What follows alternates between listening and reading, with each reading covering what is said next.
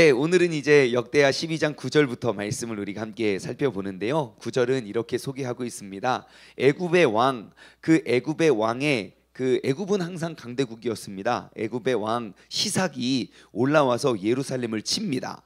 근데 예루살렘을 칠 때에 이제 예루살렘의 그 모든 것들을 다 치고 다 쓰러뜨리고 다 빼앗고 다 공격했지 않았겠습니까?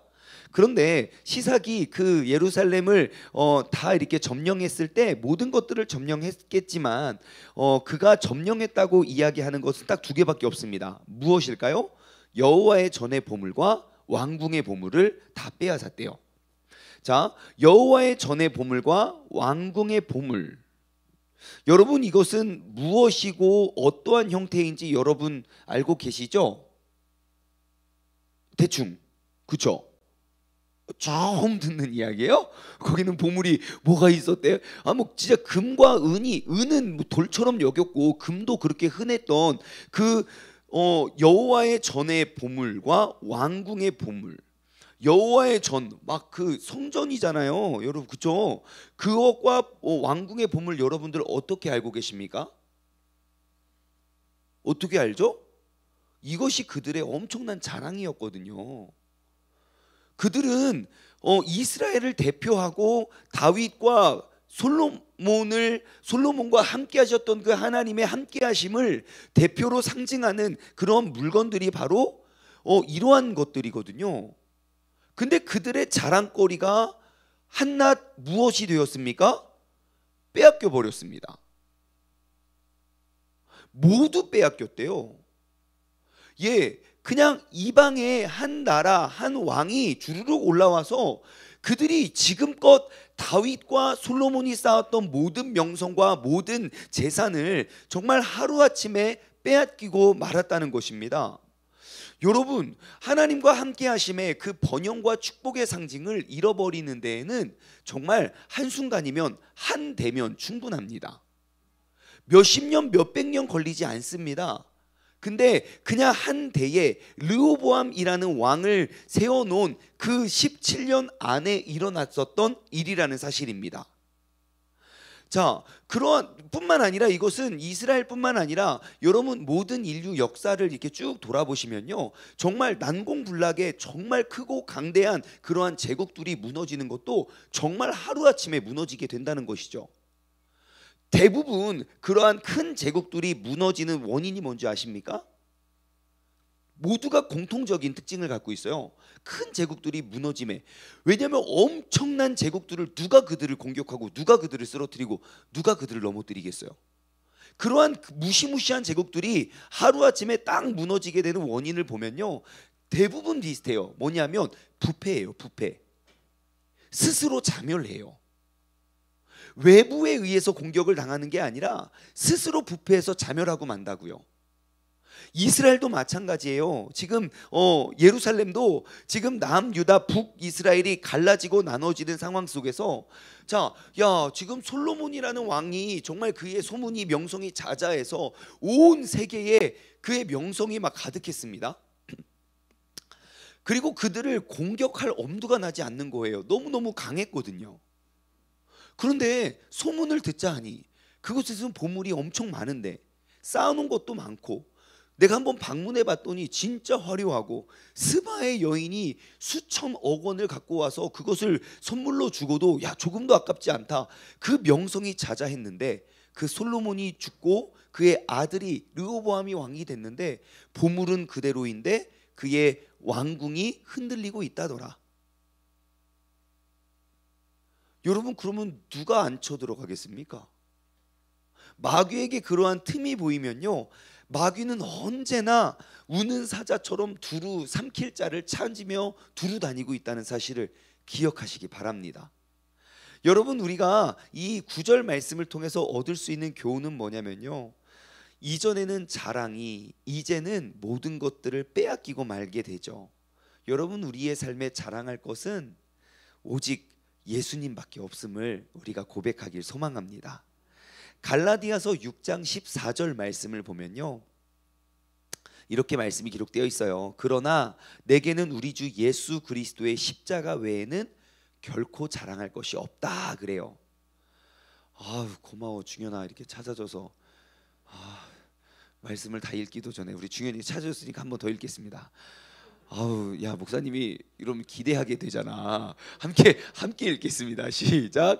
그러나 내게는 우리 주 예수 그리스도의 십자가 외에는 결코 자랑할 것이 없으니 그리스도로 말미암아 세상이 나를 대하여 십자가에 못 박히고 내가 또한 세상을 대하여 그러하니라. 아멘.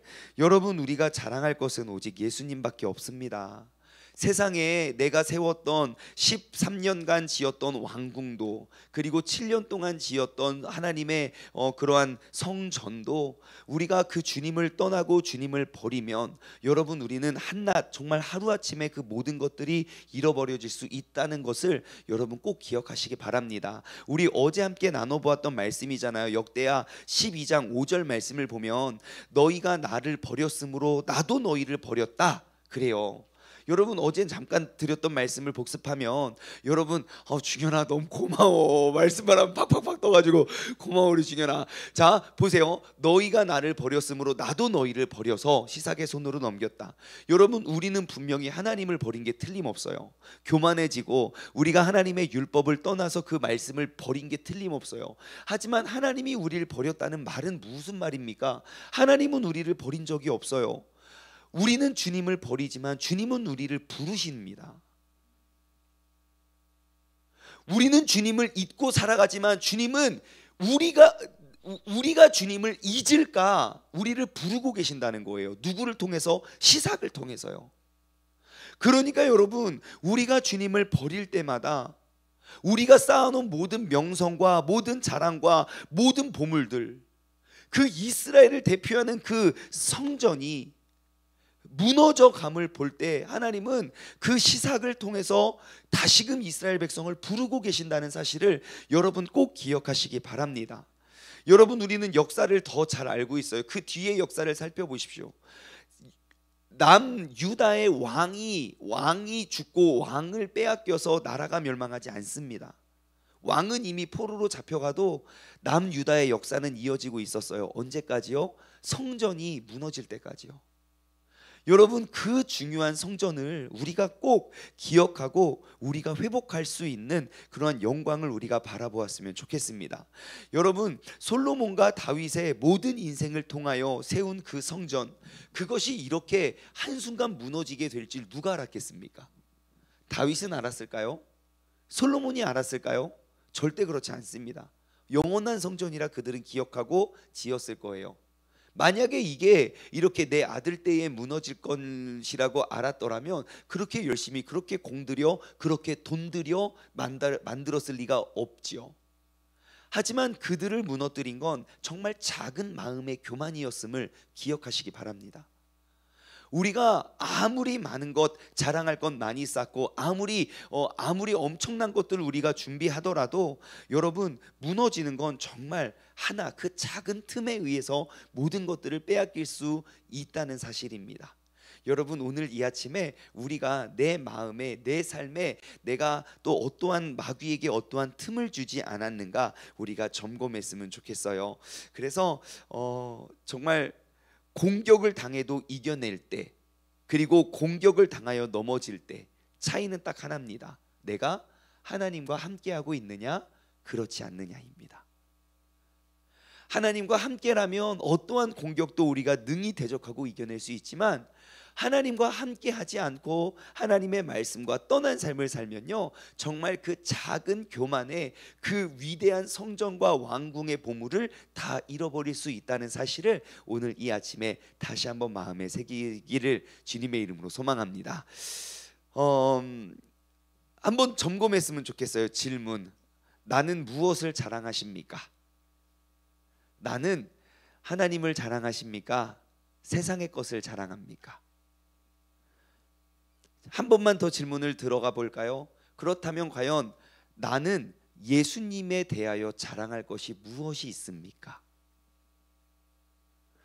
자랑하고 싶은 마음은 다 있겠지만 정말 무엇을 자랑하시겠습니까?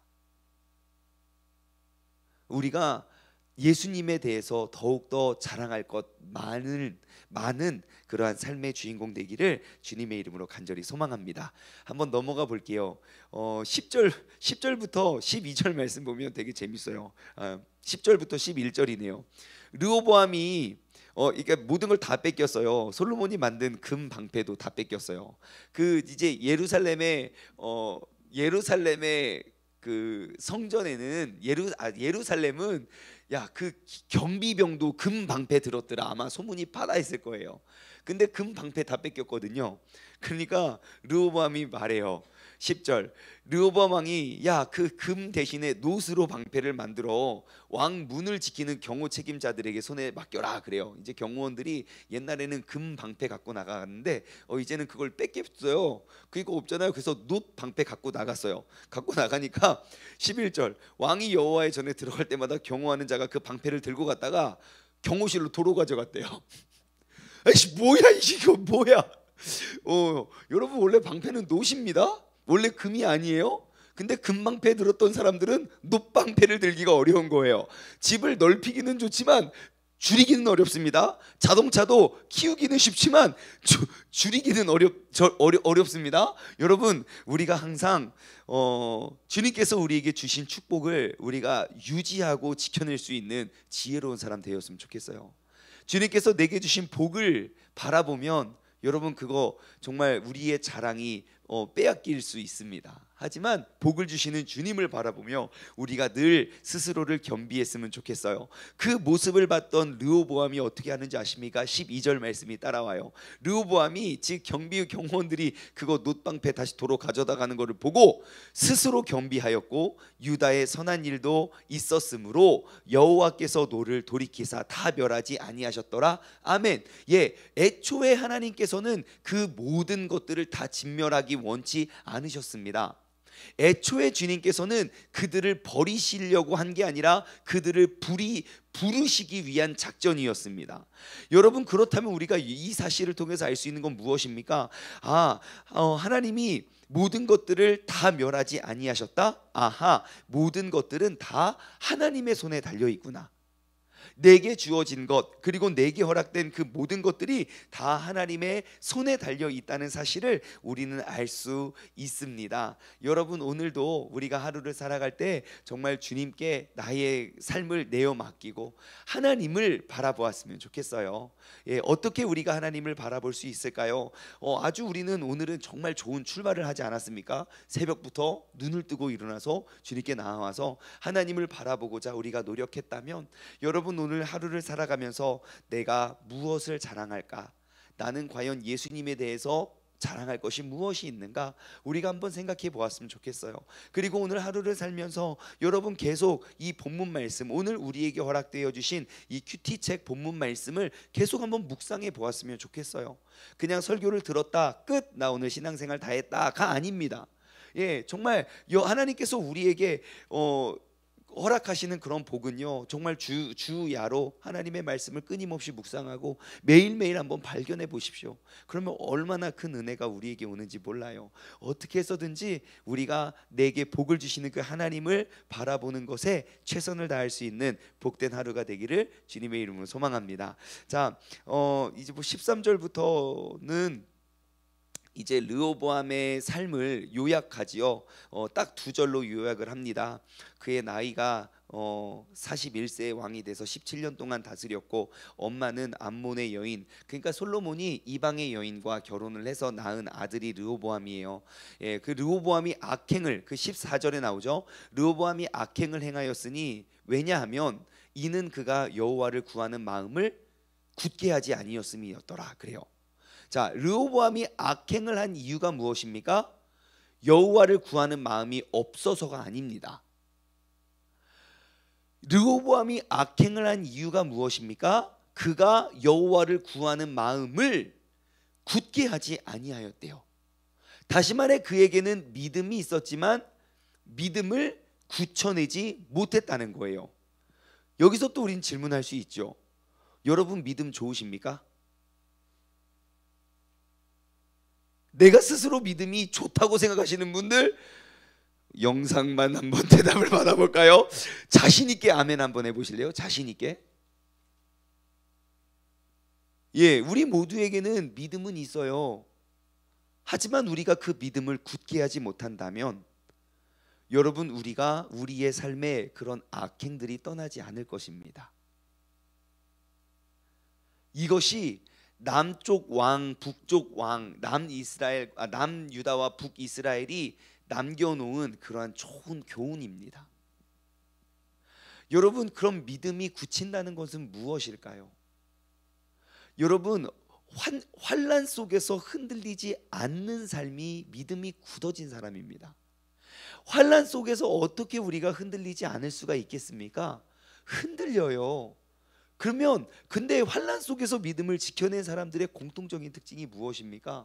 환난에 집중하지 않고 하나님에게 집중한다는 거예요. 참 신기해요. 성경의 모든 다른 사건들이 있지만 원리는 똑같아요. 여태 이스라엘 남유다를 빼앗기지 않는 그들의 자랑했던 것들을 다 빼앗겼던 이유도 무엇입니까? 여러분, 다 똑같아요. 우리가 환경을 바라보지 않고 주님을 바라보면 여러분, 그곳에, 그 고난의 터널 뒤에는 주님이 나를 버리셨다는 것이 아니라 주님이 나를 부르셨다는 것을 우리가 깨닫게 된다니까요.